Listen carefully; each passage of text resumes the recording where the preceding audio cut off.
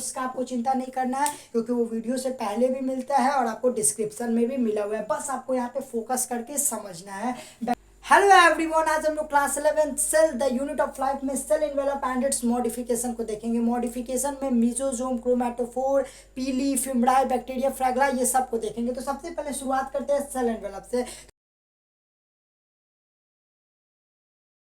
तो इसके पास क्या होता है, सेल इन्वेलप के पास 3 लेयर होता है जो तीनों टाइटली अटैच होता है। तो ये 3 लेयर कौन होता है, इसको डायग्राम से समझते हैं। ये क्या है, एक सेल इन्वेलप का डायग्राम होता है। तो मैंने क्या बताया, सेल इन्वेलप के पास 3 लेयर होता है और तीनों क्या होता है, टाइटली अटैच होता है। तो ये पहला लेयर क्या हो जाता है, ग्लाइकोकैलिक्स हो जाता है। पहला लेयर क्या हो जाता है, ग्लाइकोकैलिक्स हो जाता है। दूसरा सेल वॉल हो जाता है और तीसरा सेल मेम्ब्रेन हो जाता है। और वह यही तीनों मिलके क्या बनाता है, सेल इन्वेलप बनाता है। तो सेल इन्वेलप के पास क्या होता है, 3 लेयर होता है और तीनों क्या होता है, टाइटली अटैच्ड होता है। और वो 3 लेयर का नाम क्या है, ग्लाइकोकैलिक्स, सेल वॉल और सेल मेम्ब्रेन। और आपको ये सीरीज में याद रखना है कि ग्लाइकोकैलिक्स के बाद सेल वॉल और सेल वॉल के बाद सेल मेम्ब्रेन, क्योंकि ऐसा क्वेश्चन आ जाता है कि ग्लाइकोकैलिक्स से फॉर्म होता है सेल वॉल और सेल वॉल से सेल मेम्ब्रेन। तो आप अगर ये पैटर्न आपको नहीं याद रहेगा तो आपको ऑब्जेक्टिव बेस्ड क्वेश्चन यहाँ पे गलत हो सकता है। तो सेल इन्वेलप का 3 लेयर होता है, तीनों टाइटली पैक्ड होता है, टाइटली अटैच होता है। और तीनों का नाम क्या है, ग्लाइकोकैलिक्स, सेल वॉल और सेल मेम्ब्रेन। और सेल इन्वेलप का जो स्ट्रक्चर है वो केमिकली कॉम्प्लेक्स होता है कि केमिकली सिंपल होता है। अगर कोई आपसे पूछे कि इसका स्ट्रक्चर केमिकली कॉम्प्लेक्स होता है कि केमिकली सिंपल होता है, तो इसका स्ट्रक्चर जो होता है केमिकली कॉम्प्लेक्स होता है। सेल इन्वेलप का स्ट्रक्चर क्या होता है, सेल इन्वेलप का स्ट्रक्चर केमिकली कॉम्प्लेक्स होता है। अब ये प्रेजेंट होता है मोस्ट ऑफ द प्रोकैरियोटिक, ये यूकैरियोटिक में नहीं प्रेजेंट होता है। मोस्ट ऑफ द क्या होता है, प्रोकैरियोटिक में प्रेजेंट होता है। अब मैंने आपको बताया ग्लाइकोकैलिक्स, सेल वॉल और सेल मेम्ब्रेन, इसके 3 लेयर है, ये तीनों टाइटली अटैच है, केमिकली कॉम्प्लेक्स है। तो ये जो 3 है, ग्लाइकोकैलिक्स, सेल वॉल और सेल मेम्ब्रेन, क्या तीनों के सेम फंक्शन है कि तीनों के डिफरेंट फंक्शन है? क्या ये तीनों को हम लोग को पढ़ना है या तीनों को नहीं पढ़ना है? तो इस तीनों को हम लोग को पढ़ना है। और अभी यहाँ के लिए समझिए कि अभी इसी वीडियो में इस तीनों को पढ़ना है। इस तीनों का फंक्शन क्या है, डिफरेंट है। ग्लाइकोकैलिक्स, सेल वॉल और सेल मेम्ब्रेन, इस तीनों का फंक्शन डिफरेंट है, लेकिन ये तीनों एक साथ प्रोटेक्टिव यूनिट की तरह काम करता है। ये तीनों का जो फंक्शन जो है, ये तीनों का हमारा फंक्शन डिफरेंट है, फंक्शन अलग अलग है, लेकिन ये तीनों एक साथ, ये तीनों जो होता है एक साथ क्या है, एक साथ ये तीनों प्रोटेक्टिव यूनिट की तरह काम करता है। किसकी तरह काम करता है, प्रोटेक्टिव यूनिट की तरह काम करता है। तो ये है हमारा सेल इन्वेलप। अभी हमने क्या डिस्कस किया, सेल इन्वेलप। अब हम लोग देखेंगे ग्लाइकोकैलिक्स। तो सबसे पहले मेरा आपको तो नियम पता ही होगा, मैं जो टॉपिक पढ़ा था उसका रिवीजन करवाने के बाद ही आगे बढ़ता हूँ। तो अभी इसका रिवीजन सुनिए। सेल इन्वेलप क्या होता है, इसके पास 3 लेयर होता है, तीनों क्या होता है, टाइटली अटैच होता है। इस तीनों लेयर का नाम क्या है, ग्लाइकोकैलिक्स, सेल वॉल और सेल मेम्ब्रेन। क्या ये सेल इन्वेलप केमिकली कॉम्प्लेक्स है? हाँ, ये केमिकली कॉम्प्लेक्स है। अब ये तीनों जो लेयर का आपने नाम बताया, ग्लाइकोकैलिक्स, सेल वॉल और सेल मेम्ब्रेन, ये हमारा सेम फंक्शन है, दो का की डिफरेंट फंक्शन है, सबका डिफरेंट फंक्शन है, लेकिन तीनों एक साथ प्रोटेक्टिव यूनिट की तरह काम करता है। और ये मोस्ट ऑफ द प्रोकैरियोटिक में प्रेजेंट होता है। अब हम लोग चलते हैं ग्लाइकोकैलिक्स पे। ग्लाइकोकैलिक्स को ऊपर लिखा, ग्लाइकोकैलिक्स के बाद सेल वॉल, सेल वॉल के बाद सेल मेम्ब्रेन। तो इससे पता चला ग्लाइकोकैलिक्स क्या है, ग्लाइकोकैलिक्स हमारा आउटर लेयर है। जब ये सबसे बाहर है सेल इन्वेलप में, तो इससे हमें पता चलता है सेल इन्वेलप का आउटर लेयर कौन है, ग्लाइकोकैलिक्स है। तो क्वेश्चन में भी ऐसे पूछ सकता है कि outer layer of cell envelope, तो आउटर लेयर ऑफ सेल, आप लोग सेल वॉल सोचेंगे कि प्लांट में तो सेल वॉल आउटर लेयर होता है, तो नहीं, सेल इन्वेलप में आउटर लेयर कौन होगा, सेल इन्वेलप में आउटर लेयर ग्लाइकोकैलिक्स होगा। अब ग्लाइकोकैलिक्स किससे बनता है, तो ग्लाइकोकैलिक्स हमारा बनता है ग्लाइको, नोट्स का आपको चिंता नहीं करना है, नोट्स तो आपको वीडियो से स्टार्टिंग में भी मिलता है और डिस्क्रिप्शन में भी मिलता है। ग्लाइकोप्रोटीन का और पॉलीसेकेराइड का बनता है। किसका बनता है, पॉलीसेकेराइड का बनता है। तो ये ग्लाइकोकैलिक्स आउटर लेयर हो गया, ये बनता है ग्लाइकोप्रोटीन और पॉलीसेकेराइड का। और ये ग्लाइकोकैलिक्स 2 भाग में डिवाइड होता है। ये ग्लाइकोकैलिक्स कितने भाग में डिवाइड होता है, 2 भाग में। एक का नाम है कैप्सूल और एक का नाम है स्लिम लेयर। अब ये कैप्सूल और स्लिम लेयर क्या होता है, कैप्सूल जो होता है सबसे पहले थिक होता है, हार्ड होता है और टफ होता है, और इसका जस्ट अपोजिट स्लिम लेयर होता है। थिन होता है, एक आपको याद हो जाएगा तो आसानी से याद रख सकते हैं, सॉफ्ट होता है और टफ की जगह ये लूज होता है। तो ग्लाइकोकैलिक्स दो भाग में डिवाइड होता है, कैप्सूल और स्लिम लेयर। कैप्सूल क्या होता है, थिक होता है, हार्ड होता है, टफ होता है, लेकिन स्लिम लेयर क्या होता है, थिन होता है, सॉफ्ट होता है और लूज होता है। तो मोस्ट ऑफ द बैक्टीरिया में क्या प्रेजेंट होता है, मोस्ट ऑफ द बैक्टीरिया में कैप्सूल प्रेजेंट होता है और कुछ बैक्टीरिया में हमारा स्लिम लेयर प्रेजेंट होता है। अब आपके माइंड में यहाँ पे क्वेश्चन आया कि मैंने बैक्टीरिया का नाम क्यों लिया, क्योंकि यहाँ पे हम लोग पढ़ रहे हैं स्ट्रक्चर ऑफ प्रोकैरियोटिक सेल। मैं अभी जितना cell envelope and its modification में पढ़ाऊंगा ये सभी हमारा किस में प्रेजेंट है, ये सभी सिर्फ प्रोकैरियोटिक में प्रेजेंट है। तो एक तरह से हम लोग क्या पढ़ रहे हैं, स्ट्रक्चर ऑफ प्रोकैरियोटिक सेल पढ़ रहे हैं। और एनसीईआरटी में इसमें एग्जाम्पल दिया है, बैक्टीरिया के एग्जाम्पल से समझाया है, इसलिए हम लोग ओवरऑल पूरा एग्जाम्पल बैक्टीरिया पे ही लेके चलेंगे। ओके, तो capsule, most of the bacteria में क्या प्रेजेंट होता है, कैप्सूल प्रेजेंट होता है और कुछ बैक्टीरिया में हमारा स्लिम लेयर प्रेजेंट होता है। ओके, यहां तक आपको समझ में आया है। और ग्लाइकोकैलिक्स, ग्लाइकोकैलिक्स का थिकनेस कॉम्पोजिशन जो होता है मोस्ट ऑफ द बैक्टीरिया में वेरी करता है। जो ग्लाइकोकैलिक्स का थिकनेस का कॉम्पोजिशन है वो मोस्ट ऑफ द बैक्टीरिया में क्या करता है, वेरी करता है। किसी में ज़्यादा होगा, किसी में कम होगा, ये हमारा इसमें वेरी करता है। और उसके बाद इसका फंक्शन क्या है, ग्लाइकोकैलिक्स का एक फंक्शन तो आपको पता होना चाहिए जो बहुत ज़्यादा इंपॉर्टेंट है, ये स्टिकी कैरेक्टर प्रोवाइड करता है बैक्टीरिया को। ये क्या प्रोवाइड करता है, स्टिकी कैरेक्टर प्रोवाइड करता है। तो आई होप आपको ग्लाइकोकैलिक्स क्लियर होगा। एक बार क्विक रिकैप देते हैं, आपको पूरा क्लियर हो जाएगा। अब सबसे पहले चलते हैं ग्लाइकोकैलिक्स। ग्लाइकोकैलिक्स आउटर लेयर, क्या होता है, outer layer, outer layer of cell envelope glycocalyx. Glycocalyx किससे बना होता है, ग्लाइकोप्रोटीन और पॉलीसेकेराइड का। ग्लाइकोकैलिक्स हमारा दो पार्ट में बढ़ जाता है, स्लिम कैप्सूल और स्लिम लेयर। अब कैप्सूल कैसा होता है, थिक होता है, हार्ड होता है, टफ होता है। और स्लिम लेयर कैसा होता है, थिन होता है, सॉफ्ट होता है, लूज होता है। मोस्ट ऑफ द बैक्टीरिया में क्या प्रेजेंट होता है, कैप्सूल प्रेजेंट होता है और कुछ बैक्टीरिया में हमारा स्लिम लेयर प्रेजेंट होता है। Thickness composition of glycocalyx very in different bacteria, bacteria के अनुसार उसका थिकनेस कॉम्पोजिशन वेरी करता है। और फंक्शन ऑफ ग्लाइकोकैलिक्स क्या है, ये स्टिकी कैरेक्टर प्रोवाइड करता है। पिछले साल के क्वेश्चन में आया हुआ है कि कौन जो है स्टिकी कैरेक्टर प्रोवाइड करता है बैक्टीरिया को, तो ग्लाइकोकैलिक्स। क्या प्रोवाइड करता है, ग्लाइकोकैलिक्स। देखिए पढ़ाते में ही आपको नीट का क्वेश्चन बन रहा है, क्या होता है, ग्लाइकोकैलिक्स हमारा स्टिकी कैरेक्टर प्रोवाइड करता है। अब हम लोग उसके दूसरे लेयर पे चलते हैं, सेल वॉल पे। इस सेल वॉल के बारे में आपको ज़्यादा नहीं पढ़ना है, यहाँ पे बस थोड़ा सा ही जानना है। तो सबसे पहले क्या जानना है देख लेते हैं। ये सेल वॉल जो बना होता है पेप्टिडोग्लिकैन का, किसका बना होता है, पेप्टिडोग्लिकैन। किसका बना होता है, पेप्टिडोग्लिकैन का, जिससे हम लोग म्यूरिन भी कहते हैं। क्या कहते हैं, म्यूरिन भी कहते हैं। तो ये सेल वॉल किसका बना होता है, सेल वॉल पेप्टिडोग्लिकैन का बना होता है, जिससे हम लोग म्यूरिन भी कहते हैं। बस आपको इतना याद रखना है। उसके बाद क्या याद रखना है, इसके थोड़े से फंक्शन को याद रखना है। तो इसका फंक्शन क्या है, सबसे पहला इसका फंक्शन है कि ये शेप टू सेल देता है। सेल को क्या देता है, शेप देता है। और ब्रस्टिंग और कोलैप्सिंग ऑफ सेल में को प्रिवेंट करता है। क्या करता है, कोलैप्सिंग और ब्रस्टिंग ऑफ सेल को क्या करता है, प्रिवेंट करता है। तो सबसे पहले सेल वॉल में आपको दो ही चीज याद रखना है, एक रिवीजन की तरह हम लोग चलते हैं। सबसे पहले ये हमारा बना होता है पेप्टिडोग्लिकैन का, जिसे हम लोग म्यूरिन के भी नाम से जानते हैं। और इसका फंक्शन क्या है, ये हमें शेप, सेल को क्या देता है, शेप देता है और प्रिवेंट करता है ब्रस्टिंग और कोलैप्सिंग, सेल को कोलैप्स करने से बचाता है। तो ये हमारा किसका फंक्शन हो गया, सेल वॉल का फंक्शन हो गया। अब हम लोग यहीं पे चलते हैं, किसके बारे में, सेल मेम्ब्रेन के बारे में। किसके बारे में चलते हैं, सेल मेम्ब्रेन के बारे में चलते हैं। तो सेल मेम्ब्रेन हमारा किससे बना होता है, आप लोगों ने जूनियर क्लास में पढ़ा भी होगा, पता भी होगा। सेल मेम्ब्रेन हमारा लिपिड और प्रोटीन का बनता है। सेल मेम्ब्रेन किसका बनता है, सेल मेम्ब्रेन हमारा लिपिड और प्रोटीन का बनता है।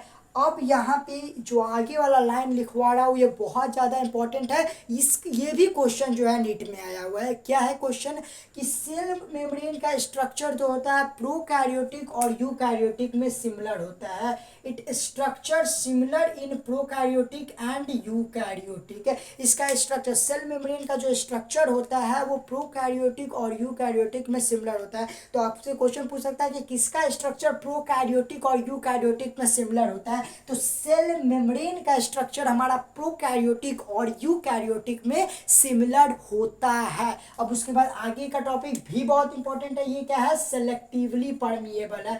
सेलेक्टिवली परमिएबल का मतलब क्या होता है कि ये सेल वाल की तरह परमिएबल नहीं है कि किसी को भी अंदर आने दे, ये सिर्फ सॉल्वेंट को अंदर आने देता है और कुछ सॉल्यूट को आने देता है, इसलिए हम लोग क्या कहते हैं, सेल मेम्ब्रेन क्या होता है, सेलेक्टिव परमिएबल होता है। अब इसके एक फंक्शन को जान लेते हैं। इसका फंक्शन क्या है, इंट्रैक्ट करता है आउटर इन्वायरमेंट से। किससे इंट्रैक्ट करता है, आउटर इन्वायरमेंट से। अब यहाँ पे आपके क्वेश्चन आया होगा कि जब सेल मेम्ब्रेन आउटर इन्वायरमेंट से इंट्रैक्ट कर रहा है तो ये सेल वॉल क्या करता है, ग्लाइकोकैलिक्स के बाद सेल वॉल है, तो ये क्या करता है जब आउटर इन्वायरमेंट से आगे होकर इंट्रैक्ट नहीं करता है। तो अब समझते हैं, सेल वॉल क्या होता है, परमिएबल होता है, ये सभी को अंदर आने देता है, जो आ रहा है आओ आओ आओ आओ। लेकिन सेल मेम्ब्रेन जो होता है, जो जरूरी चीज़ है आने देता है, जिसको नहीं आने देना चाहिए उसको नहीं आने देता है। इसलिए इसका फंक्शन क्या हो जाता है, इंट्रैक्ट विथ आउटर इन्वायरमेंट। क्या हो जाता है, इंट्रैक्ट विथ आउटर इन्वायरमेंट। तो हम लोग सेल मेम्ब्रेन को समझ लेते हैं एक क्विक रिकैप के साथ। सबसे पहले सेल इन्वेलप समझे, सेल इन्वेलप के बाद ग्लाइकोकैलिक्स समझे, ग्लाइकोकैलिक्स के बाद हम लोग सेल वॉल समझे, सेल वॉल के बाद हम लोग किस पे आ गए, सेल मेम्ब्रेन पे आ गए। अब सेल मेम्ब्रेन हमारा बनता है लिपिड, और हमारे साथ आप लोग याद करने की कोशिश कीजिएगा कि अभी तक क्या पढ़े। सेल मेम्ब्रेन हमारा लिपिड और प्रोटीन का बना होता है। इसका स्ट्रक्चर प्रोकैरियोटिक यूकैरियोटिक दोनों में सिमिलर होता है। ये सेलेक्टिवली परमिएबल होता है, सारे सॉल्यूट को हमारे सॉल्वेंट को अंदर आने देता है, कुछ सॉल्यूट को आने देता है जो जरूरी है, और क्या करता है, इंट्रैक्ट करता है आउटर इन्वायरमेंट से। क्या करता है, आउटर इन्वायरमेंट से इंट्रैक्ट करता है। हम लोगों ने पढ़ा सेल इन्वेलप को। अब हम लोग उसके मॉडिफिकेशन की बात करते हैं। तो मॉडिफिकेशन में सबसे पहले क्या आता है, मीजोजोम आता है। तो मीजोजोम को समझते हैं, पैटर्न में समझते हैं, आपको अच्छा लगेगा। तो सबसे पहले क्या ये सभी में प्रेजेंट होता है, ऑल प्रोकैरियोटिक और ऑल यूकैरियोटिक? नहीं, ये सिर्फ हमारा प्रोकैरियोटिक में प्रेजेंट होता है। क्यों ना हो प्रोकैरियोटिक में, क्योंकि इस वीडियो में हम लोग स्ट्रक्चर ऑफ प्रोकैरियोटिक सेल पढ़ रहे हैं। तो जो भी चीज हमारा पढ़ेंगे वो सब हमारा प्रोकैरियोटिक में प्रेजेंट होगा, लेकिन यूकैरियोटिक में नहीं प्रेजेंट होगा। तो मीजोजोम हमारा यूकैरियोटिक में नहीं प्रेजेंट होता है, प्रोकैरियोटिक में प्रेजेंट होता है। और मीजोजोम को डायग्राम से समझते हैं, बहुत अच्छा से समझ में आएगा। अब ये क्या है आपका, ये हमारा है सेल वॉल, और ये आपका है सेल मेम्ब्रेन। अब आप सेल मेम्ब्रेन को नोटिस कीजिए कि ये तो तुम्हारा सेल मेम्ब्रेन है, सेल मेम्ब्रेन है, सेल मेम्ब्रेन, लेकिन यहाँ पे एक्सटेंशन, ये हमारा क्या हो गया, मीजोजोम हो गया। ये हमारा क्या हो गया, मीजोजोम हो गया। तो आपको पता नहीं चल रहा है कि एक्सटेंशन हुआ है सेल मेम्ब्रेन का, सेल मेम्ब्रेन का इन्वेजिनेशन हुआ है तो मीजोजोम बना है। ये आपका मीजोजोम हो गया। तो आपको देखने से लग नहीं रहा है कि सेल मेम्ब्रेन में एक्सटेंशन हुआ है तो हमारा मीजोजोम बना है। तो क्या होता है, मीजोजोम में क्या होता है, एक्सटेंशन या इन्वेजिनेशन, दोनों एक ही शब्द है। इन्वेजिनेशन ऑफ सेल मेम्ब्रेन होता है, क्या होता है, एक्सटेंशन ऑफ सेल मेम्ब्रेन होता है। अब इसके फंक्शन की बात करेंगे, जो फंक्शन बहुत ज़्यादा इंपॉर्टेंट है इसका, तो आपको ये सब याद होना चाहिए। तो फंक्शन स्टार्ट करने से पहले क्वेश्चन है कि यूकैरियोटिक में साइट ऑफ रिस्पायरेशन क्या है। तो यूकैरियोटिक में साइट ऑफ रिस्पायरेशन हमारा माइटोकॉन्ड्रिया है। तो अब यहाँ पे क्वेश्चन है कि क्या माइटोकॉन्ड्रिया प्रोकैरियोटिक में प्रेजेंट है? नहीं, क्योंकि हमने ओवरव्यू ऑफ सेल में पढ़ा कि membrane bounded organelle, cell organelle हमारा प्रोकैरियोटिक में एब्सेंट है, मतलब प्रोकैरियोटिक में हमारा माइटोकॉन्ड्रिया नहीं है। तो आखिर प्रोकैरियोटिक में साइट ऑफ रिस्पायरेशन क्या है? तो प्रोकैरियोटिक में साइट ऑफ रिस्पायरेशन क्या है, मीजोजोम है। तो साइट ऑफ रिस्पायरेशन जैसे यूकैरियोटिक में माइटोकॉन्ड्रिया है, वैसे प्रोकैरियोटिक में मीजोजोम है। अब इसका स्ट्रक्चर, मीजोजोम का स्ट्रक्चर याद रख लीजिएगा, मतलब इसका स्ट्रक्चर कुछ अलग टाइप में, जैसा एक अलग में होता है। एनसीईआरटी में मेंशन है 3 स्ट्रक्चर इसका, मेनली लैमिले, वैसियल्स और टिब्यूल्स। ये उतना इंपॉर्टेंट नहीं है, लेकिन इसके स्ट्रक्चर जो है कि लिखा हुआ है मीजोजोम का स्ट्रक्चर लैमिले, वैसियल्स और ट्यूब्यूल्स, तो आप लोग याद रख लीजिएगा, कहीं आ सकता है क्योंकि एनसीईआरटी इज वेरी इंपॉर्टेंट। अब हम लोग इसके दूसरे फंक्शन की बात करें। दूसरा फंक्शन क्या हो गया कि ये सरफेस एरिया और इंजाइम कॉन्टेंट को इंक्रीज करता है। क्या करता है, सरफेस एरिया और इंजाइम कॉन्टेंट को हमारा इंक्रीज करता है। और तीसरा फंक्शन क्या है कि सेक्रीशन करता है। आखिर ये सेक्रीशन क्या करता है, तो पहले समझा बताता हूँ फिर समझाता हूँ। ये क्या करता है, ये प्रोटीन को साइटोप्लाज्म से पेरीप्लाज्मिक स्पेस में भेजता है। तो सबसे पहले यहाँ पे क्वेश्चन उठना चाहिए कि इसके पास प्रोटीन कहाँ से आया और ये पेरीप्लाज्मिक स्पेस क्या है। तो सेल मेम्ब्रेन और सेल वॉल के बीच में ये जो आपको स्पेस दिख रहा है, इसको हम लोग क्या कहते हैं, पेरीप्लाज्मिक स्पेस कहते हैं। क्या कहते हैं, इसी को हम लोग पेरीप्लाज्मिक स्पेस कहते हैं। अब इसमें प्रोटीन कहाँ से आया, तो हमारा राइबोसोम यहाँ पे सेल मेम्ब्रेन से अटैच होता है राइबोसोम, और फ्री राइबोसोम हमारा मीजोसोम पे प्रेजेंट होता है, और यही हमारा क्या बनाता है, मतलब मीजोसोम में अटैच राइबोसोम और फ्री राइबोसोम दोनों मिलता है, जो हमारा क्या बनाता है, प्रोटीन बनाता है। और यही प्रोटीन हमारा साइटोप्लाज्म पे कहाँ जाता है, सेल मेम्ब्रेन में जाता है। कहाँ जाता है, मतलब पेरीप्लाज्मिक स्पेस में जाता है। तो ये हमारा सेक्रीशन में भी मदद करता है। क्या,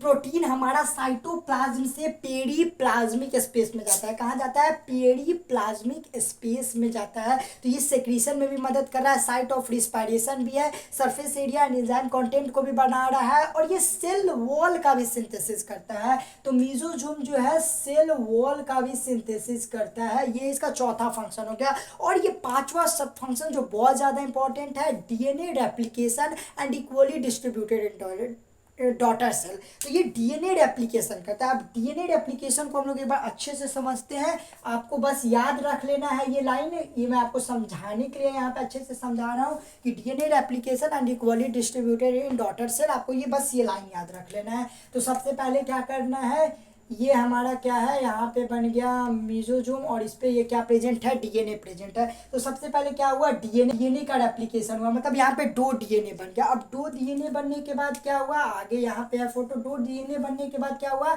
यहाँ पे हमारा ये मीजोसोम जो होता है, 2 मीजोसोम बन गया, और दोनों के पास एक एक डीएनए आ गया, और दोनों मूव कर गया, दोनों क्या कर गया, मूव कर गया। अंत में हमारा क्या हो गया, ये सेल मेम्ब्रेन में इन्वेजिनेशन पैदा हुआ, इसके पास तो अलग पैदा है, और अंत में हमारा ये अलग डॉटर सेल, और ये हमारा क्या बन गया, अलग डॉटर सेल बन गया। तो यही है डीएनए रेप्लिकेशन और हमारा equally distributed in daughter cell. तो आई होप आपको मीजोसोम क्लियर होगा। थोड़ा सा भी नहीं क्लियर होगा तो अभी क्विक रिवीजन करवाता हूँ तो मस्त क्लियर होगा। तो सबसे पहले मीजोसोम हमारा सभी में प्रेजेंट होता है, नहीं मीजोसोम हमारा सभी में प्रेजेंट नहीं होता है, ये हमारा प्रोकैरियोटिक में प्रेजेंट होता है, यूकैरियोटिक में एब्सेंट होता है। अच्छा, ये मीजोसोम का कोई फंक्शन है क्या, हाँ मीजोसोम का फंक्शन बहुत सारा है।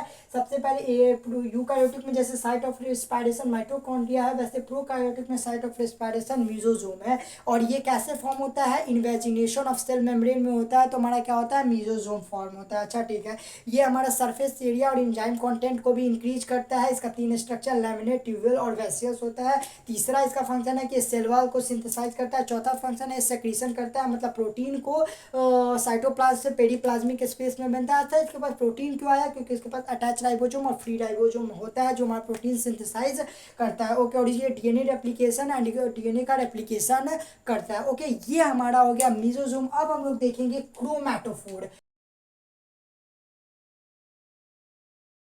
अभी तक हम लोगों ने सेल इन्वेलप, उसके 3 लेयर और मीजोसोम को देखा। अब हम लोग समझते हैं क्रोमैटोफोर। तो सबसे पहले क्रोमैटोफोर को डायग्राम से समझते हैं। तो ये हमारा क्या हो गया, हमेशा की तरह ये सेल वॉल हो गया, CW मतलब सेल वॉल। ये क्या हो गया, सेल मेम्ब्रेन हो गया। अब आपको दिख रहा है ये क्या है, ये हमारा है क्रोमैटोफोर। ये क्या है, क्रोमैटोफोर। और क्रोमैटोफोर के ऊपर कुछ कुछ पिगमेंट प्रेजेंट होता है। क्या होता है, कुछ कुछ पिगमेंट प्रेजेंट होता है। तो आपको देखने से फिर यहाँ पे लग रहा है कि एक्सटेंशन ऑफ मेम्ब्रेन, मेम्ब्रेन का क्या हुआ है, एक्सटेंशन हुआ है। और सेल मेम्ब्रेन के अंदर तो साइटोप्लाज्म प्रेजेंट होता है, ये जैसे साइटोप्लाज्म। तो यहाँ पे देखने में लग रहा है कि हाँ ये एक्सटेंशन ऑफ मेम्ब्रेन हुआ है, और ये कहाँ प्रेजेंट है, साइटोप्लाज्म में प्रेजेंट है। तो इससे आपको क्रोमैटोफोर के लिए एक लाइन मिल गया कि extension of membrane and present in cytoplasm, extension of membrane and present in cytoplasm. अब इस पे कुछ पिगमेंट प्रेजेंट होते हैं, क्रोमैटोफोर पे क्या होते हैं, कुछ पिगमेंट प्रेजेंट होते हैं जो हेल्प क्या करते हैं, फोटोसिंथेसिस में करते हैं। जो किस में हेल्प करते हैं, फोटोसिंथेसिस में करते हैं। तो कुछ सम प्रोकैरियोटिक में हमारा क्या होता है, क्रोमैटोफोर होता है। तो जैसे एग्जांपल हो गया ब्लू ग्रीन एल्गी, और जिसे हम लोग साइनोबैक्टीरिया कहते हैं। एग्जांपल क्या हो गया, ब्लू ग्रीन एल्गी, जिसे हम लोग क्या कहते हैं, साइनोबैक्टीरिया कहते हैं। बस क्रोमैटोफोर इतना ही है, ज़्यादा हमारा क्रोमैटोफोर आप लोगों को नहीं पढ़ना है। तो सबसे पहले क्रोमैटोफोर का रिवीजन कर लेते हैं। क्रोमैटोफोर क्या होता है, देखने से डायग्राम में पता चल रहा है, एक्सटेंशन ऑफ मेम्ब्रेन है, और इस एक्सटेंशन ऑफ मेम्ब्रेन है। और प्रेजेंट कहाँ है, साइटोप्लाज्म में प्रेजेंट है। इस पर कुछ पिगमेंट प्रेजेंट होता है जो फोटोसिंथेसिस में मदद करता है। फोटोसिंथेसिस में तो मदद कर दिया, और इसका एग्जांपल कुछ प्रोकार्योटिक में जैसे ब्लू ग्रीन एल्गी, जिसे हम लोग साइनोबैक्टीरिया कहते हैं। आई होप आपको ये क्लियर हुआ होगा। अब हम लोग चलते हैं पीली और फिमराई पे। अब समझते हैं पीली और फिमराई को। तो ये पीली और फिमराई क्या होता है, ये भी थोड़ा बड़ा है, तो इसे हम लोग स्टेप वाइज समझते हैं। तो सबसे पहले पीली और फिमराई किससे कंपोज होता है, तो पीली और फिमराई जो होता है कंपोज होता है प्रोटीन का। क्या ये लोकोमोशन में रोल देता है, लोकोमोशन में मदद करता है प्रोकार्योटिक को, नहीं, ये लोकोमोशन में मदद नहीं करता है। तो सबसे पहले पीली और फिमराई जो होता है कंपोज ऑफ प्रोटीन होता है, और ये हमारा लोकोमोशन में नहीं मदद करता है। और कहाँ प्रेजेंट होता है, सरफेस पे प्रेजेंट होता है। अब इसके डायग्राम को समझते हैं। ये हमारा क्या हो गया, पीली, ये फिमराई, ये पीली, ये फिमराई, ये हमारा पीली, ये फिमराई। तो अब हम लोग क्या बोलते, पीली और फिमराई के बारे में ओवरऑल क्या समझिए। पहले इस दोनों में डिफ्रेंशिएट भी करेंगे, क्योंकि आपको आगे तो नोट्स मिल गया होगा, तो इसमें डिफ्रेंशिएट भी किया होगा। लेकिन अभी समझते हैं पीली और फिमराई ओवरऑल क्या है। ये दोनों क्या होता है, कंपोज्ड ऑफ प्रोटीन होते हैं, नो रोल इन लोकोमोशन होता है, और प्रेजेंट होते हैं सरफेस पे। अब हम लोग पीली और फिमराई का बंटवारा करते हैं, और पीली और फिमराई को अलग अलग समझते हैं। तो ये पीली हमारा क्या होता है, शॉर्ट स्ट्रक्चर का होता है। पीली हमारा क्या होता है, नहीं नहीं शॉर्ट नहीं, पीली हमारा लॉन्ग होता है, इलोंगेटेड होता है, और ट्यूबुलर स्ट्रक्चर का होता है। कैसा स्ट्रक्चर का होता है, ट्यूबुलर स्ट्रक्चर का होता है। ये पीली हमारा लॉन्ग होता है, इलोंगेटेड होता है, और ट्यूबुलर स्ट्रक्चर का होता है। लेकिन यहीं पे फिमराई क्या होता है, शॉर्ट एंड नैरो होता है। क्या होता है, शॉर्ट एंड नैरो होता है। अब किसका नंबर ज़्यादा होता है, पीली का ज़्यादा होता है कि फिमराई का ज़्यादा होता है। ये हमारा लेस इन नंबर होता है, और ये हमारा क्या होता है, मोर इन नंबर होता है। नंबर में क्या होता है, ये ज़्यादा होता है। अब तीसरा डिफरेंस पे आ जाते हैं। ये पीली जो है पीलीन प्रोटीन से बनता है। किससे बनता है, पीलीन प्रोटीन से बनता है। ये एनसीईआरटी में मेंशन नहीं है, लेकिन मैं आपको लिखवा रहा हूँ कहीं आ सके।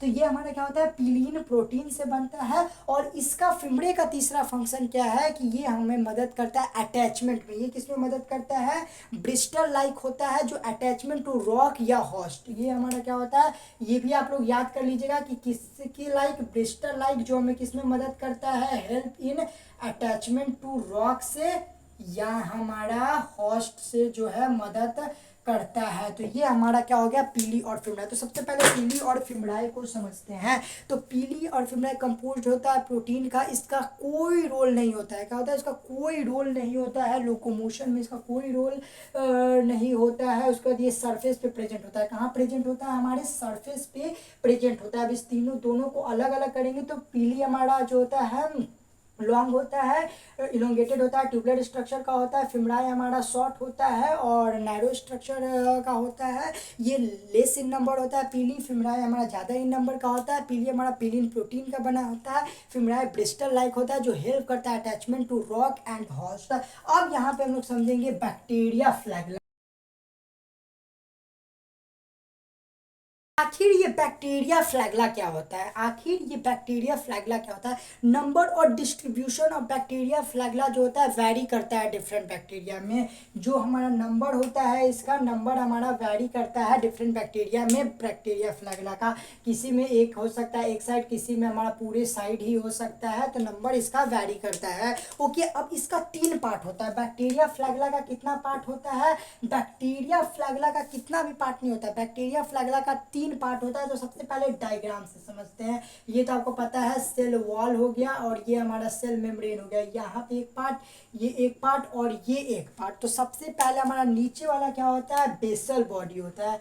नीचे वाला क्या होता है, बेसल पार्ट बोलिए या बेसल बॉडी। ये हमारा क्या होता है, हुक होता है। और ऊपर वाला क्या होता है, फिलामेंट होता है। तो सबसे पहले यहाँ पे एक पॉइंट याद कर लीजिए, नोट डाल के भी आप ऐसे लिख सकते हैं कि इस तीनों पार्ट में सबसे ज़्यादा लॉन्ग क्या होता है, तो सबसे ज़्यादा लॉन्ग फिलामेंट होता है। ये क्वेश्चन आ सकता है। तो बैक्टीरिया फ्लैगेला, नंबर और डिस्ट्रीब्यूशन ऑफ बैक्टीरिया फ्लैगेला जो होता है डिफरेंट होता है डिफरेंट बैक्टीरिया में। ये 3 पार्ट होता है, बेसल बॉडी, हुक और हमारा फिलामेंट। फिलामेंट क्या होता है, लॉन्ग होता है। अब और प्रोजेक्टेड कहाँ होता है, आउटसाइड होता है। सेल के क्या होता है, आउटसाइड होता है। तो सबसे पहले ये बेसल बॉडी, और हुक का क्या है, हुक जो है कनेक्ट करता है फिलामेंट और बेसल बॉडी, क्योंकि जब हुक हमारा यहाँ पे प्रेजेंट है और बेसल बॉडी यहाँ पे प्रेजेंट है और फिलामेंट यहाँ पे प्रेजेंट है, तो यही हुक जो है कनेक्ट करता है बेसल बॉडी और फिलामेंट को। किसे कनेक्ट करता है, बेसल बॉडी और फिलामेंट को कनेक्ट करता है। आई होप आपको यहाँ तक क्लियर हुआ होगा। अब ये बैक्टीरिया फ्लैगेला का क्या रोल है, अगर बैक्टीरिया में ये बैक्टीरिया फ्लैगेला ना हो तो बैक्टीरिया हमारा मूव नहीं कर सकता। अगर क्वेश्चन में पूछे क्या अगर बैक्टीरिया में बैक्टीरिया फ्लैगेला ना हो तो बैक्टीरिया मूव कर सकता है, नहीं। अगर यही बैक्टीरिया में अगर बैक्टीरिया फ्लैगेला आपका प्रेजेंट हो तो बैक्टीरिया हमारा क्या है, मोटाइल है, मूवेबल। अगर बैक्टीरिया फ्लैगेला नहीं प्रेजेंट हो तो ये हमारा मोटाइल नहीं है। बैक्टीरिया फ्लैगेला किस प्रोटीन से बना होता है, तो ये हमारा फ्लैगलीन प्रोटीन से बना होता है। नोट्स का आपको चिंता नहीं करना है क्योंकि वो वीडियो से पहले भी मिलता है और आपको डिस्क्रिप्शन में भी मिला हुआ है, बस आपको यहाँ पे फोकस करके समझना है। बैक्टीरिया फ्लैगेला किससे बना होता है, फ्लैगलीन प्रोटीन से बना होता है। तो अब मैं एक डिफाइन बोलूंगा जो आपको याद रखना है क्योंकि ऐसे क्वेश्चन आता है। थिन एंड फिलामेंटस एक्सटेंशन क्या होता है, thin and filamentous extension through cell wall. ये हमारा क्या हो गया, ये हमारा बैक्टीरिया फ्लैगेला का एग्जांपल हो गया। थिन और filamentous extension of cell wall, ये क्या हो गया, बैक्टीरिया फ्लैगेला का डिफाइन हो गया। आपसे क्वेश्चन पूछ देगा thin and filamentous extension of cell wall और ऑप्शन में दे देगा, तो ऑप्शन में क्या एक रहेगा, बैक्टीरिया फ्लैगेला। तो करेक्ट आंसर क्या है आपका, करेक्ट आंसर आपका है बैक्टीरिया फ्लैगेला। तो आपने सेल इन्वेलप में बहुत कुछ पढ़ा, उसके मॉडिफिकेशन में बहुत कुछ पढ़ा, थोड़ा सा बस बाकी है। तो सबसे पहले बैक्टीरिया फ्लैगेला को रिवीजन करते हैं। तो बैक्टीरिया फ्लैगेला का नंबर और डिस्ट्रीब्यूशन वेरी करता है डिफरेंट बैक्टीरिया में। ये 3 पार्ट में बटा हुआ है, बेसल बॉडी, हुक और फिलामेंट में। हुक जो है फिलामेंट और बेसल बॉडी को कनेक्ट करता है। फिलामेंट जो होता है सबसे लॉन्ग होता है, प्रोजेक्टेड आउटसाइड होता है। अगर बैक्टीरिया में बैक्टीरिया फ्लैगेला प्रेजेंट नहीं है तो क्या होगा, बैक्टीरिया मोटाइल नहीं होगा, मूवेबल नहीं होगा। अगर वही बैक्टीरिया फ्लेवर प्रेजेंट है तो वो हमारा क्या होगा, मूवेबल होगा। अब ये बैक्टीरिया फ्लैगेला किससे बनता है, फ्लैगलीन प्रोटीन से बनता है। अब कुछ ये फ्लैगेला का डिफाइन पूछ दे तो क्या होता है, थिन और filamentous extension of cell wall. क्या, thin filamentous extension of cell wall. मैं अपना नोट्स तो डिस्क्रिप्शन में डालूंगा, लेकिन एनसीईआरटी का लाइन जो मेरे नोट्स में है, लेकिन एनसीईआरटी का लाइन टू लाइन आपको याद करना है क्योंकि आजकल नीट में स्टेटमेंट बेस्ड क्वेश्चन आ रहा है। तो आपको लाइन टू लाइन याद होना चाहिए, आपको एनसीईआरटी रीड ना करना पड़े, वो सब इंपॉर्टेंट टाइम मैं अपने नोट्स में एनसीईआरटी का फोटो खींच के भी रखूंगा, वो भी आज से आपको मिलेगा। ओके, अब हमारा एक आखिरी टॉपिक बस बचा है, क्लासिफिकेशन ऑफ बैक्टीरिया। अभी तक हम लोगों ने क्या पढ़ा, सेल इन्वेलप पढ़ा और उसके मॉडिफिकेशन में सेल इन्वेलप में ही उसके 3 लेयर को पढ़ा। 3 लेयर में ग्लाइकोकैलिक्स, सेल वॉल और सेल मेम्ब्रेन को पढ़ा। फिर हम लोगों ने किसको पढ़ा, मिजोजोम को पढ़ा। मिजोजोम के बहुत सारे फंक्शन को देखे, फिर क्रोमैटोफोर को देखा, फिर क्रोमैटोफोर के बाद पीली और फिम्ब्राई को देखा, फिर बैक्टीरिया फ्लैगेला को देखा। अब हम लोग क्लासिफिकेशन ऑफ बैक्टीरिया पे आता है। में आपको ज़्यादा कुछ समझना नहीं है, बस थोड़ा सा याद रखना है। तो क्लासिफिकेशन ऑफ बैक्टीरिया कैसे हुआ, ऑन द बेसिस ऑफ कैसे, on the basis of staining procedure और कंपोजिशन ऑफ सेल इन्वेलप के अनुसार हमारा क्लासिफिकेशन ऑफ बैक्टीरिया हुआ। तो क्लासिफिकेशन ऑफ बैक्टीरिया कैसा है, on the basis of staining procedure और कंपोजिशन ऑफ सेल वॉल की वजह से क्लासिफिकेशन हुआ सेल बैक्टीरिया का। तो बैक्टीरिया कितने भाग में बटा, बैक्टीरिया 2 भाग में बटा, ग्राम पॉजिटिव और ग्राम निगेटिव। ग्राम पॉजिटिव और ग्राम निगेटिव। आखिर ये ग्राम पॉजिटिव क्या होता है, ग्राम निगेटिव क्या होता है, ये आपको नहीं जानना है, एनसीईआरटी में इसका कोई जिक्र नहीं है, बस आपको याद रखना है क्लासिफिकेशन ऑफ बैक्टीरिया कैसे होता है, on the basis of staining procedure and cell envelope से। और ये हमारा 2 भाग में है, gram positive and gram negative. आप इस दोनों का कलर याद रख सकते हैं, ग्राम निगेटिव का कलर पिंक होता है और ग्राम पॉजिटिव का कलर हमारा वायलेट हो सकता है, रेड हो सकता है और हमारा पर्पल हो सकता है। तो यहाँ से आपका कंप्लीट हुआ क्लासिफिकेशन ऑफ बैक्टीरिया। तो सबसे पहले एक बार क्विक रिकैप करते हैं, क्लासिफिकेशन ऑफ बैक्टीरिया कैसे होता है, on the basis of staining procedure and composition of cell envelope का होता है। इसके वजह से ये 2 भाग में बंटता है, ग्राम पॉजिटिव और ग्राम निगेटिव। ग्राम पॉजिटिव हमारा वायलेट, रेड और पर्पल हो सकता है, लेकिन ग्राम निगेटिव हमारा पिंक कलर का होता है। हमारा कंप्लीट हुआ cell envelope and its modification. तो वीडियो एंड करने से पहले एक बार क्विक रिकैप करते हैं, जितना अभी तक पढ़ा तो आपका पूरा क्लियर होगा। तो सबसे पहले सेल एनवेलप का 3 लेयर होता है, टाइटली अटैच होता है, केमिकली कॉम्प्लेक्स होता है। ये तीनों का डिफरेंट फंक्शन होता है, लेकिन फिर भी डिफरेंट फंक्शन होने के बाद ये तीनों एक साथ प्रोटेक्टिव यूनिट की तरह काम करता है। ये हमारे से प्रोकार्योटिक में प्रेजेंट होता है। ग्लाइकोकैलेक्स से बात करते हैं। आउटर लेयर होता है कैप्सूल और स्लिम लेयर में बांटा होता है। कैप्सूल क्या, हार्ड, थिक, टफ, और ये सॉफ्ट, थिन और loose. Most of the bacteria में कैप्सूल, कुछ बैक्टीरिया में हमारा क्या हो जाता है, स्लिम लेयर प्रेजेंट होता है। ये ग्लाइकोकैलेक्स से बना होता है, ग्लाइकोप्रोटीन और पॉलीसेकेराइड से बना होता है। थिकनेस कॉम्पोजिशन इसका वैरी करता है डिफरेंट बैक्टीरिया में। और ये इसका फंक्शन क्या है, सबसे जो इंपॉर्टेंट, ये प्रोवाइड करता है स्टिकी कैरेक्टर टू बैक्टीरिया। उसके बाद हम लोग क्या आ जाते हैं, ग्लाइकोकैलेक्स के बाद सेल वॉल। सेल वॉल क्या होता है, पेप्टिडोग्लिकैन का बना होता है, जिसे हम लोग क्या कहते हैं, म्यूरिन कहते हैं। उसके बाद ये क्या करता है, शेप टू सेल देता है। क्या देता है, शेप को सेल देता है और प्रिवेंट करता है bursting and collapsing of cell. Glycocalyx, cell wall और सेल मेम्ब्रेन की बात करते हैं। ये हमारा लिपिड और प्रोटीन का बना होता है। लिपिड और प्रोटीन का बना होता है, अच्छी बात है। इसका स्ट्रक्चर ऑलमोस्ट सिमिलर होता है। प्रोकार्योटिक और यूकार्योटिक में सिलेक्टिवली परमिएबल होता है और इंटरेक्ट करता है आउटर इन्वायरमेंट से, क्योंकि सेल वॉल तो हमारा परमिएबल होता है। अब हमारा दूसरा आ जाते हैं मीजोजोम के बारे में। मीजोजोम हमारा यूकार्योटिक में नहीं प्रेजेंट होता है, प्रोकार्योटिक में प्रेजेंट होता है। एक्सटेंशन और इन्वेजिनेशन ऑफ सेल मेम्ब्रेन होता है। इसका मेन फंक्शन क्या है, हमारा साइट ऑफ रिस्पायरेशन है। इंजाइम को surface area enzyme content increase होता है, सिक्रीशन में मदद करता है, सेल वॉल का सिंथेसाइज करता है और डीएनए रेप्लिकेशन करता है। ये हमारा क्या हो गया, मीजोजोम हो गया। उसके बाद हम लोग पढ़े क्रोमेटोफोर। इसमें भी क्या होता है, एक्सटेंशन ऑफ मेम्ब्रेन होता है, प्रेजेंट होता है साइटोप्लाज्म में। ये आपको याद होना चाहिए, प्रेजेंट होता है साइटोप्लाज्म में। इसमें कुछ पिगमेंट प्रेजेंट होता है जो हमारा क्या, फोटोसिंथेसिस में मदद करता है। किसमें मदद करता है, फोटोसिंथेसिस में मदद करता है। एग्जाम्पल ब्रूकिन एल्गी और साइनोबैक्टीरिया। यहाँ पे कंप्लीट हुआ। अब हम लोग इसके बाद चल जाते हैं किस पे, पीली और फिमराय पे। किस पे चल जाते हैं, पीली और फिमराय। तो इसका कंपोज होता है प्रोटीन का, लेकिन लोकोमोशन में कोई रोल नहीं होता है। सरफेस पे प्रेजेंट होता है। पीली कम नंबर का होता है, फिमराय ज़्यादा होता है। पीली लॉन्ग होता है, फिमराय हमारा शॉर्ट होता है। पीली हमारा पीलिन प्रोटीन से बना होता है। फिमराय हमारा ब्रिस्टल लाइक होता है। कैसा होता है, ब्रिस्टल, जो हेल्प करता है attachment to rock and host. I hope आपको यहाँ तक भी क्लियर हुआ होगा। अब हम लोग ये सब करने के बाद बैक्टीरिया फ्लैगला पे जाते हैं, जिसका नंबर और distribution of bacteria flagella different bacteria में डिफरेंट होता है। 3 पार्ट में डिवाइड होता है, बेसल बॉडी, हुक और फिलामेंट। फिलामेंट सबसे लॉन्ग होता है, बेस हुक जो होता है फिलामेंट और बेसल बॉडी को कनेक्ट करता है। बैक्टीरिया फ्लैगला का इंपॉर्टेंट क्या है, बैक्टीरिया फ्लैगला बैक्टीरिया में नहीं प्रेजेंट है तो बैक्टीरिया मोटाइल नहीं होगा, मूवेबल नहीं होगा। अगर प्रेजेंट है तो बैक्टीरिया हमारा क्या होगा, मूवेबल होगा। ये बैक्टीरिया फ्लैगला फ्लैगलिन प्रोटीन से बना होता है। फ्लैगला का आपको डिफाइन याद होना चाहिए, thin filamentous extension of cell wall. Okay, यहाँ तक कंप्लीट हो गया। उसके बाद हमने पढ़ा classification of bacteria on the basis of standing procedure और सेल एनवेलप के कंपोजिशन से क्लासिफिकेशन किया गया बैक्टीरिया का। किसमें, gram positive, gram negative. Gram negative pink colour का, ग्राम पॉजिटिव वायलेट, पर्पल और रेड। थक गया, यहाँ तक हमारा कंप्लीट। और cell envelope and its modification complete हुआ। तो हर एक चीज़ इंपॉर्टेंट होता है, तो प्लीज़ एक वैल्यूएबल कमेंट छोड़ के जाइएगा, क्योंकि वो हमारे पढ़ाने का बहुत बड़ा मोटिवेशन होता है। तो थैंक यू एवरीवन।